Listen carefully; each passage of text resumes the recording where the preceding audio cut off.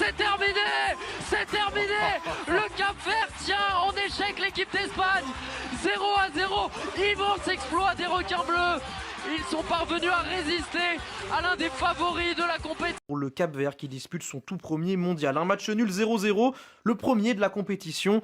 Les requins bleus ont souffert mais ont tenu bon malgré l'entrée de la pépite Lamine Yamal. Messieurs, tout simplement, qu'est-ce que vous retenez de ce match? Manu Tedardios, je vais me diriger vers vous en premier. On retient plutôt la résilience capverdienne ou on retient le match moyen, la nonchalance espagnole? Ouais, je crois qu'il y a un peu tous les deux choses. Hein. C'est si important ce que Cap-Vert a fait, que le fait que l'Espagne n'était pas à son niveau.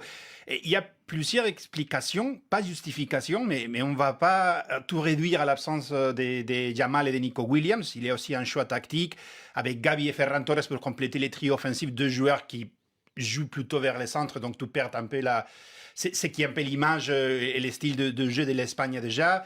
Et il y a aussi Oyarzabal, le 9, qui était complètement transparent. 30 minutes, les premières 30 minutes, il n'a pas touché un seul ballon. Ça c'est du jamais vu en Coupe du Monde. Et puis, ils n'ont pas été capables de trouver des solutions. Rodri qui n'était pas si bien. Pedri, pour moi, il était trop proche de la surface de réparation rivale pour aider à organiser. Et puis, face à Cap-Vert, il y a Vosinha qui était magnifique et que c'était pas c'était pas des harambol, comme on dit les Anglais.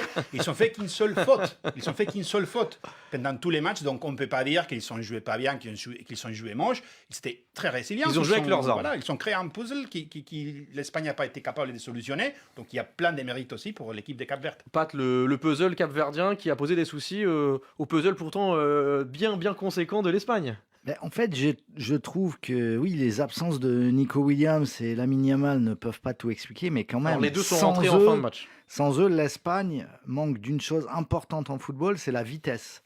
Il y a évidemment des préparations d'action bien huilées, il y a une belle circulation de balles, mais quand il faut passer la vitesse supérieure, c'est difficile sans eux.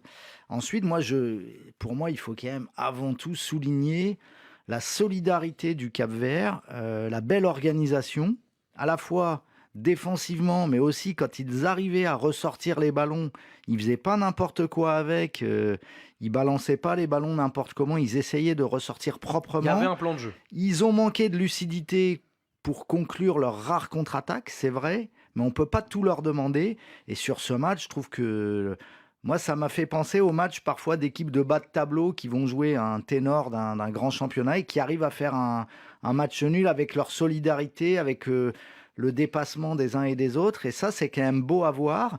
Et vous parlez des armes du Cap-Vert en disant ils se sont battus avec leurs armes. C'est vrai qu'ils ont ces armes défensives, mais c'est aussi une équipe qui est capable de bien jouer au football, de proposer un jeu léché, de ressortir proprement. Donc c'est assez complet ce que fait le Cap-Vert et moi je trouve ça admirable tout simplement. Philippe Doucet, c'est intéressant, c'est vrai qu'il y avait quelques séquences, quelques sorties de balles qui étaient très intéressantes où on voyait que le pressing espagnol était pris au piège par les sorties de balles capverdiennes.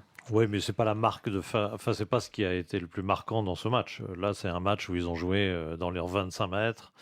Essentiellement, ils ont joué comme ils ont pu, en ayant très légitimement la peur de la perte de balle qui occasionnerait un contre espagnol rapide. Au lieu de quoi, ils ont joué dans leurs 25 mètres, ils se sont battus comme des chiens. Et voilà, moi, j'ai pas noté 18 sorties de balles extraordinaires. J'ai vu surtout des dégagements en touche comme ils ont pu. Et voilà. Mais ça ne minimise en rien ce que le Cap-Vert a fait, parce que c'était le match à faire. C'est exactement ce qu'il fallait faire. Et il fallait être hyper courageux, ne pas encaisser ce premier but, parce que là, on ne sait pas très bien comment ça aurait pu tourner. Mais l'Espagne, très souvent, finalement, fait ce genre de match. Quand vous regardez le parcours des Espagnols, qui est réputé pour être la meilleure équipe au monde à peu près à l'heure actuelle, mais très souvent, ce genre de match contre les équipes qui bétonnent, elles gagnent 1-0, ces matchs-là.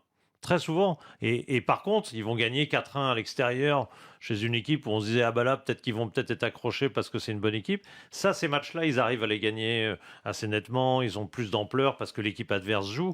Mais ce genre de match, très souvent, l'Espagne gagne 1-0. Donc entre 1-0 et 0-0, finalement, on a vu que la marge n'était pas si nette. Et que même le Cap-Vert pouvait l'obtenir. Mais à la fin, courageusement. Il n'y a qu'un point, alors qu'un 1-0 aurait permis d'avoir les 3 points et la tête du groupe. Je crois pas que l'Espagne voulait dire. Oui, bien sûr. Parce que le Cap-Vert, il ne pouvait pas gagner. Enfin, honnêtement. Oui, ils bien ont sûr. failli avec un coup de tête à la fin. C'est Ouais, déjà. Moi, je me il y a suis eu- mis debout quand je l'ai regardé. Il y a eu, messieurs, un petit frisson, même si globalement Ça, l'Espagne c'est a- les frissons de supporters. Non, tout à fait, Honnêtement, tout à ils ont fait. eu zéro occasion. C'est faut déjà dire une les choses. victoire. On en parlait Ils entre ont nous, zéro occasion. très peu de gens auraient pu pronostiquer en avance un match aussi Non, bien intense sûr. du Cap-Vert face à l'Espagne. Espagne-Cap-Vert, un match que vous avez évidemment pu suivre, chers auditeurs, en direct sur RFI, commenté par Victor Missistrano, qui est avec nous au téléphone en direct d'Atlanta. Bonjour Victor.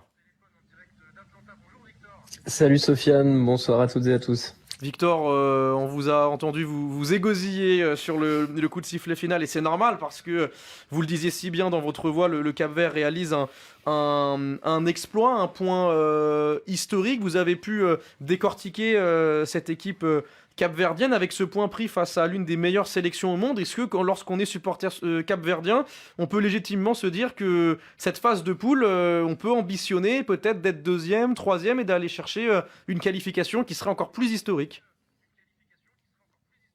Ah bah clairement, là les Capverdiens ils se disent peut-être qu'ils ont déjà fait le plus dur face à cette équipe d'Espagne et ils disaient regardez, vraiment tous ceux que j'ai croisés après le match, ils n'avaient qu'un mot, c'était 1%, 1%, 1%. On nous donnait 1% de chance face à cette équipe, regardez ce qu'on en a fait.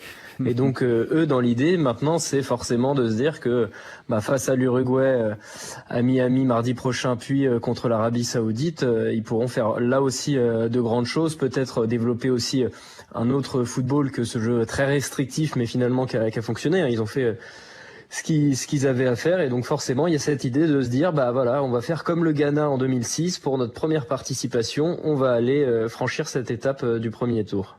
Et on leur souhaite évidemment aux requins bleus. Les joueurs, évidemment, à la fin du match, très heureux, à l'instar de Nuno da Costa, le joueur du Cap-Vert, évidemment très content de l'issue de ce match.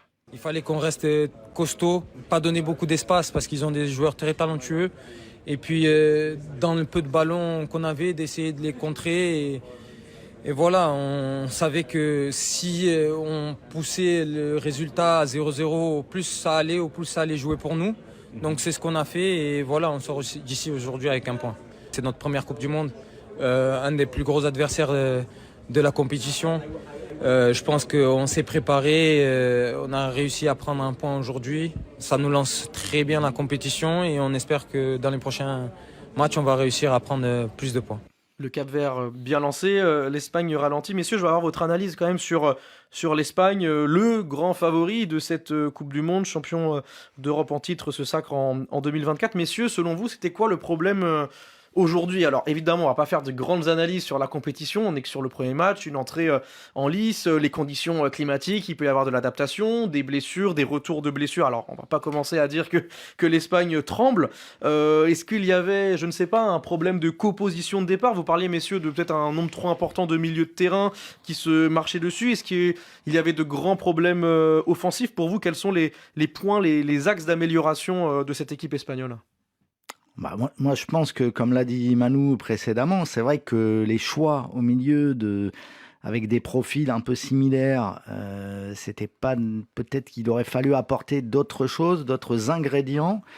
Le manque des ailiers qui donnent cette touche particulière au jeu que j'appellerais de possession agressive de l'Espagne. Mais là, il y avait la possession, mais beaucoup moins l'agressivité et la vitesse. Et puis, je pense que individuellement, certains joueurs qui sont des leaders de cette équipe, je pense à Rodri, je pense à Fabian Ruiz, je pense à Oyarzabal, ils n'ont pas été au niveau attendu. Le meilleur joueur de l'Espagne, à mon sens, c'était Cucurella sur ce match. Il s'est battu beaucoup, il a essayé de dédoubler, d'offrir des solutions sur son côté, mais il était un petit peu seul. Et les autres n'ont pas haussé leur niveau, ils sont restés très plan-plan dans leur jeu. J'ai bien aimé l'entrée de Dani Olmo ensuite, mais peut-être trop tardivement, mais globalement, bon, Yamal, il a fait ce qu'il a pu avec ses moyens du moment. On va en parler il y a encore de la Yamal. marge. Oui, il y a de la marge. Et donc, finalement, quand on met tout ça bout à bout, l'Espagne n'a plus tant de marge que ça contre une équipe très bien organisée et qui, elle, qui surperforme, qui joue à 200%. Manu, j'avance dans le débat. Philippe Doucet, est-ce que Luis de la Fuente a une part de responsabilité sur cet accro? Encore une fois, on parle du Cap-Vert, l'exploit est là. Le Cap-Vert est une équipe qui découvre la compétition. Je le répète, très peu de personnes allaient imaginer, il y a quelques heures encore, que l'Espagne allait, en tout cas, être piégée par cette équipe capverdienne. Est-ce que Luis de la Fuente, sa composition, c'est un raté? Pour moi, oui, parce qu'en fait, déjà, on savait que Nico Williams et Lamine Yamal n'allaient pas être titulaires. Il l'avait dit, mais pour moi, les choix qu'il a fait avec Gavi à gauche, Cucurella, il a été si fort parce que Gavi, qui c'est un milieu physique du FC Barcelone, il n'est pas du tout habitué à jouer à cette position. Donc, Cucurella, il avait tous les côtés, tous les flancs gauche pour lui, tous les côtés pour lui. Et puis, Ferran pareil, Olmo, que vous l'avez mentionné. Et, pour moi, c'était un choix beaucoup plus mieux pour jouer, même s'il joue normalement, même s'il joue dans les centres normalement, tu les mets à gauche, tu les mets à droite. Et toi, quand même, des joueurs d'un profil similaire, toi, Jeremy Pino, toi, Victor Muñoz, qui sont des ailiers, donc il peut ouvrir l'attaque, on va dire, pour avoir d'autres chances, pour essayer de créer des confrontations un contre un, on va dire, pour essayer de dribbler. Et pour moi, là, je ne sais pas pourquoi il a décidé de mettre Gavi, qui est un joueur qui est physiquement, si tu joues face à une équipe physique, on va dire par exemple la France, pourquoi pas. Mais face à Cap-Vert, je crois que toi, tu n'as pas besoin. Donc là, je crois qu'il y a un peu aussi les problèmes. Et l'autre, pour moi, c'est vrai que Fabien, je crois qu'il est fatigué, donc ce n'était pas son meilleur match. Mais l'effet de faire jouer Rodri comme milieu organisateur et Pedri beaucoup plus proche de la surface de réparation, quand lui-même il explique qu'il aime bien être un peu à la base pour aider créer, je crois que ça aurait aussi un peu aidé déplacer les ballons. Ils se sont un peu marchés sur les pieds, c'est ça? Oui, voilà, déplacer les ballons sur les côtés corrects. Il préfère jouer à la Pirlo en fait, Pedri, avoir le jeu devant lui. Quoi. Mais comme il y a Rodri, De La Fuente, il ne souhaite pas changer Rodri de position, il lui laisse seul là-bas et je crois que Pedri aurait pu aider un peu. Mais surtout pour moi, ce qui m'a étonné, c'est les choix de Ferran Torres, ok, mais Gavi, comme il est à gauche, d'où jamais vous. Oui, puisque c'est un milieu de terrain qui évidemment va aller dans l'axe, mais il y a déjà 3 milieux de très haut niveau. Philippe Doucet, est-ce qu'il n'y a pas également un petit peu, alors c'est dans le comportement des joueurs, mais est-ce qu'on n'a pas aussi peut-être ces dernières heures, ces derniers jours sous-estimé cette équipe capverdienne en se disant que c'était 3 points dans la poche et finalement on se retrouve face à une équipe qui a faim? Oui, puis je pense qu'il y a un effet pervers de la formule qui fait que vous ne voyez pas une demi-seconde comment vous pouvez être éliminé quand c'est vous vrai êtes qu'il y a l'Espagne. des 16e de finale. Parce que vous dites, bon, si on est accroché, peut-être qu'on peut être deuxième, bon, et alors je pense que en fait, ce tournoi... les équipes rentrent ce type d'équipe rentre avec des certitudes énormes. En se disant, l'Espagne, en regardant la poule, ils peuvent pas trembler une demi-seconde, quoi. Et même d'ailleurs ce soir, je pense qu'ils tremblent toujours pas. En se disant, on n'a quand même pas été très très bon, c'est pas très glorieux. Mais bon, on va se qualifier tranquille, on va gagner le deuxième match. Je suis pas sûr que ce sera l'avis de la presse sportive espagnole. Non, ils vont se faire tailler. Ils vont se faire bien tailler. Ils vont se faire tailler, mais un match nul et ça se complique vite. Voilà. Et c'est l'Uruguay le match après. L'Uruguay qui est une équipe réputée qui est dure à jouer. Un match nul face à l'Uruguay. Ouais. Ça sert à pas on en parlait de ce scénario avec Pat. Ça peut devenir un peu corsé après. 2 matchs, 2 points. Oui, mais ça peut arriver. Serait compliqué. Mais je pense qu'honnêtement, que ça a pu jouer aussi dans le fait qu'ils ont fait une première période très très molle, très très molle avec très très peu d'envie. Je pense que c'est une nouvelle formule. Il y a 8 matchs, ça va être très très long. Il fait très chaud. Il va falloir jouer sur l'ensemble de l'effectif. Les compétitions, et l'Espagne, je pense qu'a enduré dès le premier match en fait ce qui peut arriver quand on commence à faire tourner et pas très très bien et pas garder assez d'envie, enfin de profil sur le terrain qui peuvent faire la décision. Avec leurs 2 pauvres attaquants sur le terrain, c'était pas beaucoup pour jouer le Cap-Vert. Une bonne piqûre de rappel. Victor Missistrano, l'un des faits du match, on l'a entendu durant votre commentaire, le public l'acclamait, l'entrée de Lamine Yamal, qui est certainement le joueur le plus attendu de cette compétition. Victor, vous qui l'avez vu de très près, nous, depuis Paris et la télévision, on avait l'impression quand même qu'il n'était évidemment pas à 100%, que son entrée évidemment a permis d'aérer, mais c'était quand même assez neutre dans la globalité. Est-ce que vous avez observé les mêmes choses ? Ah oui, je partage à 100% votre analyse. Je l'ai senti assez emprunté. Ses coéquipiers le cherchaient beaucoup et on avait l'impression que par moments il hésitait un petit peu à percuter quand il tentait des choses en un contre un face à ces Capverdiens très combatifs. Ça fonctionnait pas forcément. J'ai trouvé un peu plus juste au niveau de la passe. Il y a cette ouverture vers Dani Olmo à un moment donné qui fonctionne très bien, mais sinon pour le reste, là où il est le plus à l'aise, à savoir la percussion dans son registre, c'était pas un grand Lamine Yamal. Oui, il faut pas oublier que Lamine Yamal, qui avait un problème musculaire fémorel, il jouait plus, on va dire, depuis fin avril. Donc toute la fin de la saison, il a complètement raté. De La Fuente avait dit le jour avant, la conférence de presse, non, il est bien, il va pas débuter, mais il est parfaitement. Je crois qu'évidemment, on voit qu'il manque encore un peu de rythme de compétition. Ah oui, il manque un peu de rythme. Est-ce que l'idée peut-être de Luis de la Fuente, c'était peut-être même de ne pas le faire rentrer, puisque j'imagine Bien sûr. que... Non, je crois qu'il Très voulait lui donner probablement, 15-10 minutes, mais D'accord. avec une autre. Avec un autre 3-0 scénario, et- oui, oui. au moins un 0 avec C'est ça. l'espace pour pouvoir courir, dribbler, etc. Ce qu'il n'a pas finalement, voilà. Et on sent quand même, attention à ça, on surveillera l'Espagne et cette Yamal dépendance, parce que dès qu'il est rentré, tous les ballons sont passés par lui, et c'est vrai que ça rendait le jeu de l'Espagne un petit peu plus lisible. Messieurs, rapidement, avant de clôturer ce débat, on ne remet pas en cause le statut de favori de l'Espagne après ce match, on est Non, bien c'est- d'accord. C'est trop tôt. C'est trop tôt. Mais La c'est une formule est belle- longue. C'est une belle piqûre de rappel quand même. Je rappelle juste que l'Europe n'a jamais gagné en Amérique. Jamais. Elle n'a jamais gagné une Coupe du Monde. Alors avant, Il tous faut ceux un qui début disent... à tout, Philippe. Tous ceux, moi je veux bien, mais tous ceux qui disent la France-Espagne, grand favori et autres, pour moi, pas grand favori parce que c'est pas si évident. C'est pas si évident que ça. L'Europe a gagné 2 Coupes du Monde à l'extérieur. Une en Afrique du Sud, c'était Une l'Espagne. en Afrique du Sud et une au Brésil. C'est les 2 seules que l'Europe a gagné ailleurs. Et bah, C'est- vous promettez l'enfer aux nations Oui, donc je me suis européennes. trompé, ils ont gagné en Amérique, Oui. mais au Brésil. Oui, oui. C'est vrai, Donc c'est ça, quand même- donc Enfin bon, c'est ça rare. fait que 2 fois. C'est ça, ça fait que 2 fois, et vous prévenez évidemment les nations européennes. Nous, on va rester avec les équipes africaines en lice ce lundi. C'était il y a quelques instants.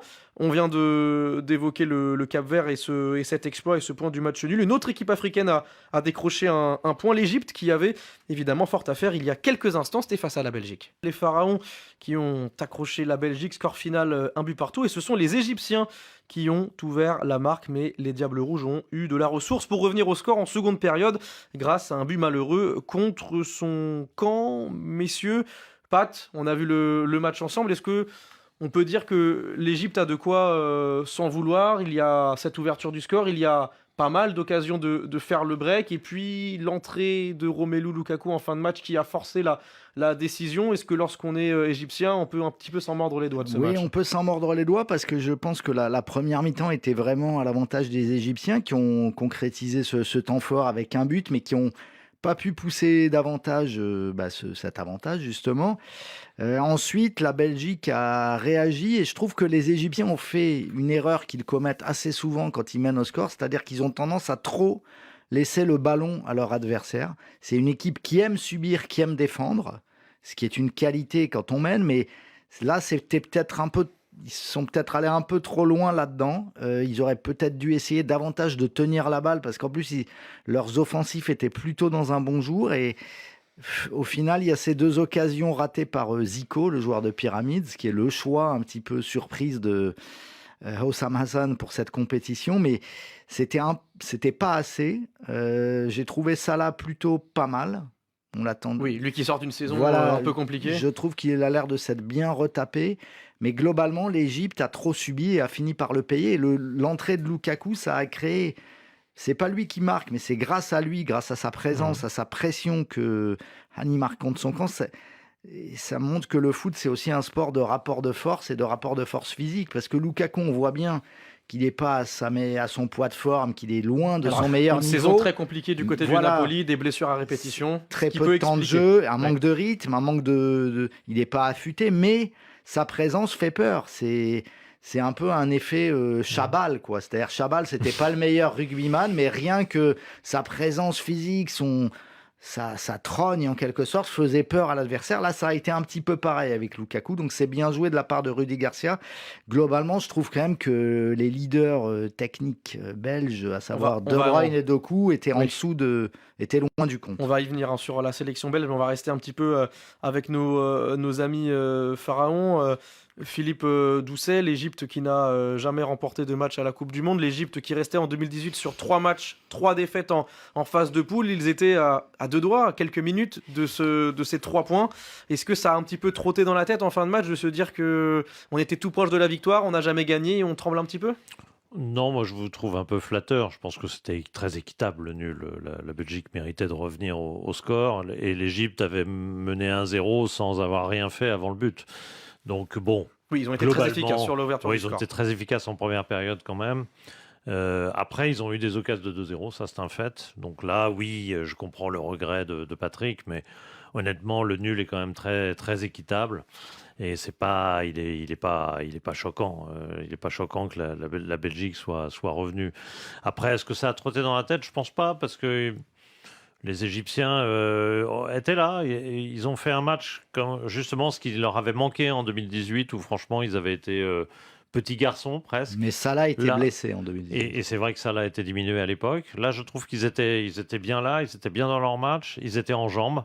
Parfois, c'est une équipe qui a un petit peu de mal à suivre le rythme des matchs, notamment contre des équipes européennes. Là, j'ai trouvé qu'ils étaient très cohérents, très, très en forme. Ils ont trop défendu, c'est vrai.